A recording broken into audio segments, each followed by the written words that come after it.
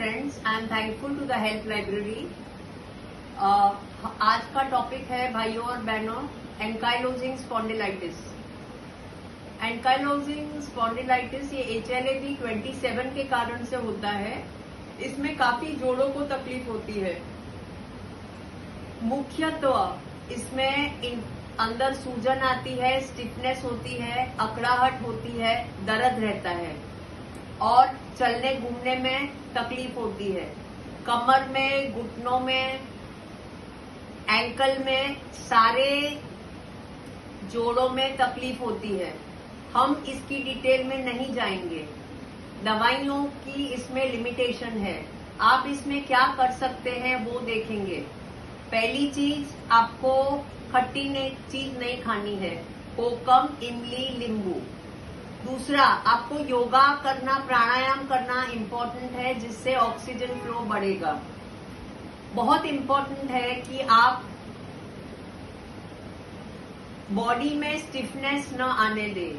अब इसके लिए आप क्या करेंगे? बैक के लिए हम आपको कोई थोड़ी एक्सरसाइज बताएंगे जो आप नियमित तरह से करेंगे तो आपको काफी फायदा होगा।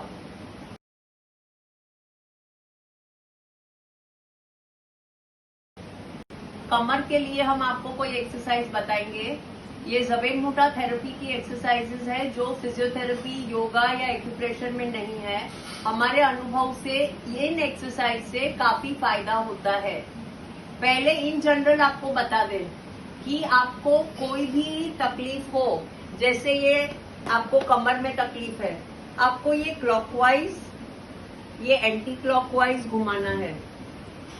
जब आप क्लॉकवाइज एंटी क्लॉकवाइज घुमाते हैं तो आपकी सर्कुलेशन होगी। अगर नीज को भी क्लॉकवाइज एंटी क्लॉकवाइज घुमाएंगे तो सर्कुलेशन होगी। एंकल को भी उस तरह से घुमा सकते हैं। अब सेकंड एक्सरसाइज जो आपको बता रहे हैं वो आपको साइड पे सोना है और एक पाँव आगे ऐसे खींचना है। इससे आपको जो कमर का भाग है वहां आपको खिंचाव आएगा और आपके कमर के नसों में सर्कुलेशन अच्छा होगा। पेन और स्टिफनेस आपकी चली जाएगी। इसी तरह से दूसरा पाँव बाहर निकालना है और इसमें आपको 5 या 10 मिनट लेटना है। हम एक्सरसाइज के बारे में बात कर रहे हैं। आप जमीन पे या बेड पे बैठ सकते हैं और दोनों तलवे को ज्वाइन करना है और ऐसे पाँव को हिलाना है। इससे ग्रॉइन में फर्क पड़ेगा और बैक में भी फर्क पड़ेगा। जितना टाइम आप कर सके ये आपको करना है। Thank you. अब सेकंड एक्सरसाइज आपको जो बताएंगे ये लोअर बैक पेन के लिए बहुत इफेक्टिव एक्सरसाइज है। आपको अपने हिप्स कबट वॉल तक लाने हैं और आपके पाँव को वी शेप में दीवार पे रखना है। इस तरह से आप आधा घंटा सो सकते हैं। इससे बैक पेन 100% जो एंकाइलोजिंग का होता है उसमें फर्क पड़ता है। ब्लड सर्कुलेशन में फर्क पड़ता है। Sciatica, varicose veins, knee joint, सारे में फर्क पड़ता है। आपको ये करने की देरी है, बहुत ही फायदा होगा।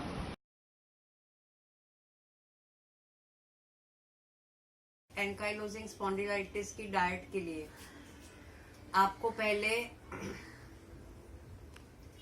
पहले रोज धूप में बैठना है 2 मिनट। धूप को देखना है, उगते हुए सूर्य को देखना है। खट्टी चीजें नहीं खानी है, जैसे नींबू, आमली, कोकम, संतरा, स्ट्रॉबेरीज। दूसरा, आपको क्या खाना है? 1 गिलास दूध में हनी और घी डाल के रोज रात को पीना है। पेट साफ आवे वो देखना बहुत जरूरी है। उसके लिए होम्योपैथिक, आयुर्वेदिक या एलोपैथिक कोई भी दवा ले सकते हैं। पानी का सेवन ज्यादा करें, उससे भी पेट साफ ज्यादा आएगा। कोई भी कैंड फूड ना खाए, नॉनवेज ना खाए। अगर नॉनवेज खाते हैं तो रोस्टेड खाए। सुबह को ओट्स ले सकते हैं या दूध में कॉर्नफ्लेक्स ले सकते हैं। अपना कैल्शियम और विटामिन डी चेक करा लीजिए। और नाश्ते में उपमा, पोहा, दलिया, शीरा, ये सारा आप ले सकते हैं। नाश्ते में नाचनी की चपाती, चावल की चपाती,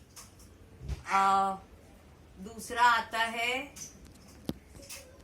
जो जौ रहता है, जौ की चपाती, या सोयाबीन और आटा सारा मिक्स करके उसकी चपाती। 1 वाटी भाजी, 1 वाटी दाल, दही और छाछ अगर ले तो खट्टा ना हो, ये देखे।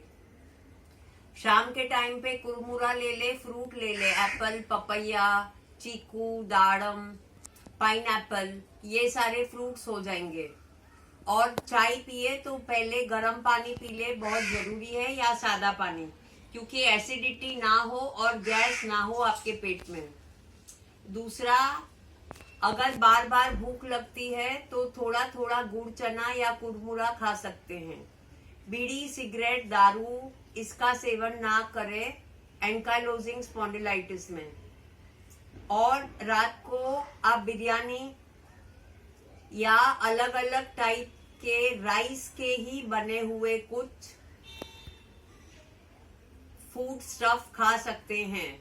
मेहरबानी करके भजिया, गाठिया, बटाटा वड़ा, समोसा ऐसा न खाएं। Thank you very much.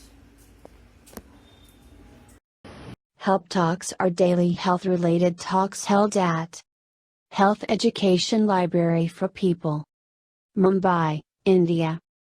For more information visit www.healthlibrary.com. Subscribe to Help Talks channel. Be better informed about your health.